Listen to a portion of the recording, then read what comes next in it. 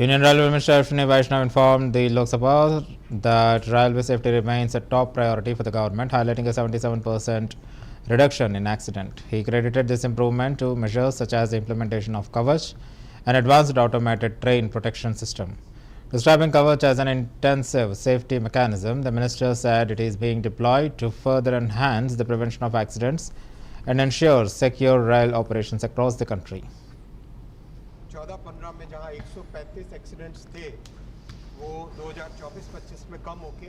31 रह गए, यानी 77% रिडक्शन हुआ है। और यहां पर भी इसके बावजूद भी लगातार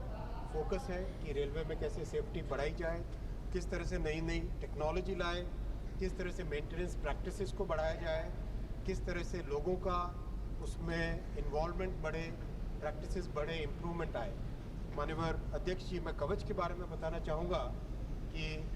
ये एक बहुत ही technology intensive automatic train protection का सिस्टम है। ऑटोमेटिक ट्रेन प्रोटेक्शन सिस्टम विश्व में कई समृद्ध देशों ने जहाँ करीब 20 से 30 वर्षों में लगाए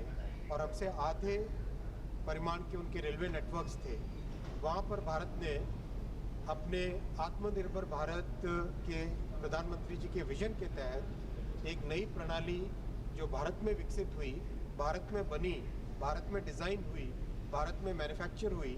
वो प्रणाली आरंभ की। और पिछले साल 2024 के जुलाई में कवच का वर्जन 4.0 ये अप्रूव हुआ RDSO से, और एक शॉर्ट टाइम फ्रेम में कोटा से मथुरा के बीच में आपका निर्वाचन क्षेत्र माननीय अध्यक्ष जी,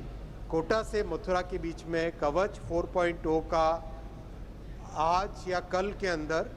फुल कमिश्निंग, कॉमर्शियल कमिश्निंग होने वाली है, जो कि एक बहुत बड़ा अचीवमेंट है, क्योंकि इतनी कॉम्प्लेक्स टेक्नोलॉजी को इतने कम समय में देश में लागू करना वो अपने आप में बहुत बड़ा एक 14-15 में जहां 135 एक्सीडेंट्स थे वो 2024-25 में कम होके 31 रह गए, यानी 77% रिडक्शन हुआ है। और यहाँ पर भी इसके बावजूद भी लगातार फोकस है कि रेलवे में कैसे सेफ्टी बढ़ाई जाए, किस तरह से नई नई टेक्नोलॉजी लाए, किस तरह से मेंटेनेंस प्रैक्टिसेस को बढ़ाया जाए, किस तरह से लोगों का उसमें इन्वॉल्वमेंट बढ़े, प्रैक्टिसेस बढ़े, इम्प्रूवमेंट आए। माननीय अध्यक्ष जी, मैं कवच के बारे में बताना चाहूँगा